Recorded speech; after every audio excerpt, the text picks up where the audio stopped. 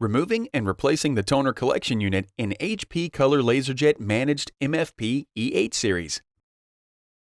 Remove the new TCU, or toner collection unit, from the packaging and set the plastic bag and plugs aside on a level surface for use later. Set the new part aside on a level surface and make sure the toner openings are facing up. Open the front door of an HP LaserJet Managed E8 series MFP. Press the release tabs on the toner collection unit on the left and the right sides.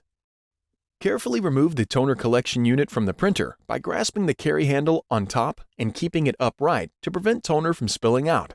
Do not tip or tilt the part during or after removal, and do not place the unit anywhere with the toner openings facing down. Toner can spill and potentially damage flooring, clothing, and be very difficult to clean up. Making sure that the toner openings are facing up, insert the plugs into the ports and then place the old toner collection unit inside the plastic bag. Seal the bag closed to prevent toner from leaking. HP recommends recycling the TCU where available. Carrying the part upright by the handle, slide the new toner collection unit into the printer.